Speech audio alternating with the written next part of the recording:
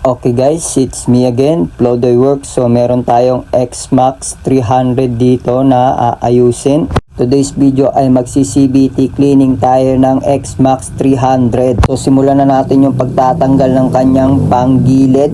So tinanggal ko na yung crankcase cover ng panggilid dyan. So nakita nyo naman yung panggilid dyan, napakarumi talaga. So sinimulan ko na yung pagtanggal ng dry paste niya, talagang napakalaki talaga. Sinulit niya talaga yung pagpunta niya dito at natapos na rin natin yung pag-repack ng kanyang shock. Dito naman tayo sa side ng kanyang CVT dyan. Talagang pinagod talaga tayo ng may-ari nito sa sobrang sulit ng pagpapagawa niya sa atin. So ayan, at ginamitan ko siya ng special tools dyan. Ngunit hindi kasya dahil sa sobrang laki ng kanyang clutch belt dyan. So gumawa na lang ako ng ibang paraan para matanggal yan at ginamitan ko na lang yan ng power tools. So ayun, at natanggal ko na yung clutch carrier niyan dahil lilinisin din natin yan at lalagyan din natin yan ng mga grasa dyan sa ilalim at sa loob nitong clutch carrier. So sinilip ko yung clutch carrier niya dyan, baka may sira. So nakita ko naman na walang sira, so kailangan lang talagang linisan.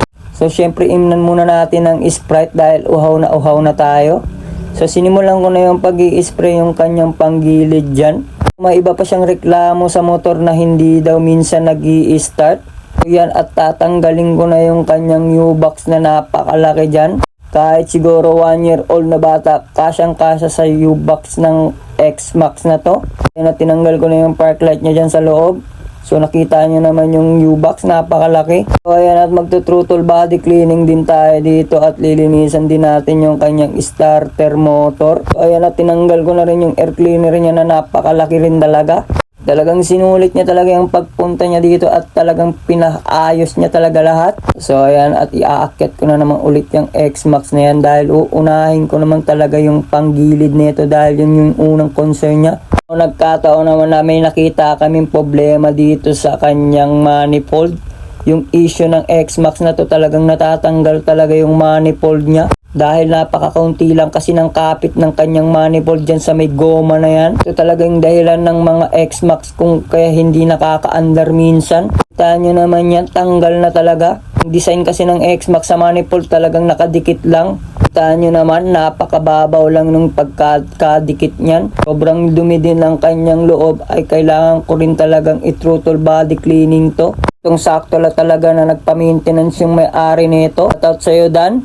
Nagkataong nagbiyahe tong motor na to malawang at matitirikan to dahil dun sa throttle body niya, din sa manifold na natanggal na. So ayan, at sinimulan ko na yung pag-i-spray niyang gamit ang Kobe CVT cleaning dyan. Mahaba-habang oras din talaga yung gagamitin natin dito sa motor na to dahil napakaraming sira at maintenance. Dito pa lang sa panggilid niya talagang mauubusan talaga tayo ng oras. Buti na lang sanay din tayo sa mga ganitong trabaho. Kaya natin ikakabit ko na yung B-belt niya dyan. At ikakabit ko na rin yung dry paste niya dyan para matapos na tayo sa ating gagawin dito sa CVT cleaning niya. So ayan, at gagamitan din talaga natin siya ng special tools dyan para mahigpit talaga yung pagkakakapit dyan. At yan, at gumamit na din ako ng mahiwagang libro dyan at aalamin natin yung proper torque ng kanyang panggilid dyan para hindi talaga siya matanggal. Pag nagkataong kasing power tools lang yung ginamit mo dyan at di mo ginamitan yan ng torque, ari siyang matanggal at mapuwas. Sa 120 Nm nga po pala yan nilagay ko dyan para talaga mahigpit ang pagkakakapit ng nut.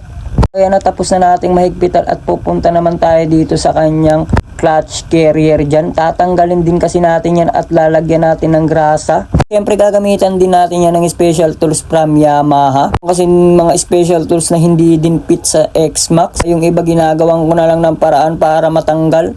Kailangan talaga din natin ng diskarte para matanggal natin yung mga ibang parts dito. Nga po pala sa special tools na yan ay clutch compressor. Napakatigas talaga ng spring na to, hindi ito pwede manumanuhin lang. So ayan, at natanggal ko na yan. Nakita nyo naman yan. Talagang napakadumi talaga. Advice ako sa may-ari na talagang palitin na ang kanyang center spring dyan dahil kinakalawang na. So ayan, at simulan na natin yung pagtatanggal ng clutch carrier dyan. at sinimulan ko na rin yung pagtatanggal ng mga lock dyan dahil lalagyan din kasi natin yan ng grasa doon sa ilalim at lilinisan. So ayan, at simulan na natin yung pag-i-spray dyan sa torque drive nya. Para wala naman ako nakikitang sira dyan sa torque drive nya, talagang lilinisan lang talaga at gagrasahan. Ito nga palang clutch AC nya ay wala pa naman problema at hindi pa naman pudpud. Mapapakinabangan pa talaga. Yung maintenance lang talaga yung gagawin natin sa kanyang panggilid. Palitan lang talaga dito yung center spring niya dahil makalawang na talaga. Ayan, at lalagyan natin yan ng grasa na Kobe. Resistant nga po pala yung nilagay ko dyan na grasa dahil nasa mainit na surface yung ating lalagyan ng grasa. Kailangan talaga heat resistant talaga yung ilalagay natin na grasa dyan, hindi lang yung basta-basta grasa lang. So ayan, at nilagay na natin yung clutch carrier nya at ilalagay na din natin yung clutch bell nya na napakalaki talaga. Ayan, at nandito na talaga kami sa throttle body. Yung issue talaga ng X-Max na to na talagang hindi talaga akma sa pagkakalagay. So ayan, at sinabay ko na rin yung starter nya. So ayan, sinimulan ko na yung paglilinis ng throttle body dyan. Napakarami din talaga. So natanggal na natin, lilinisan na din natin yan. Demo ko sa inyo yung pagkakatanggal ng kanyang throttle body. Issue ng mga X-Max, so kita nyo naman natatanggal lang kahit may clip na. Ang design dyan nakadikit lang sa kanyang manifold, hindi nakaklip. So ayan, at sinabay ko na din yung starter dyan. Tanggalin ko kasi yan at lilinisan dahil minsan kasi hindi nag-i-start tong X-Max na to. Maaring yung carbon brush nito ay na-stuck na. Hindi na lumalabas yung kanyang mga spring at carbon brush. Yung sanhi kaya minsan hindi nag-i-start. Apat kasi ang carbon brush nito sa loob. Makakapal pa naman yung carbon brush niya, talagang umungot lang talaga yung mga carbon brush niya dyan sa loob. Kailangan lang natin yan linisan at lilihaan din natin yan. Hindi na siya magka-problema sa starter nito dahil wala pa naman tong kickstart. So ayan, at sisimulan ko na yung paglalagay dyan ng starter niya. Medyo mahirap lang talaga kasi apat yung carbon brush niya. Pagkakalagay nga pala ng magnet ng kanyang starter, dapat hindi yan magbabaliktad. Dahil pag magkataong baliktad yan, talagang baliktad din yung ikot ng kanyang starter motor dyan. So ayan, at patapos na tayo sa starter niya. Babalik na naman tayo dito sa kanyang CVT at ilalagay na natin yung crankcase cover niya dahil tapos na rin to. Ayan, at tapos na yung starter, throttle body at CVT niya. So makikita nyo na yung ating finished product dito.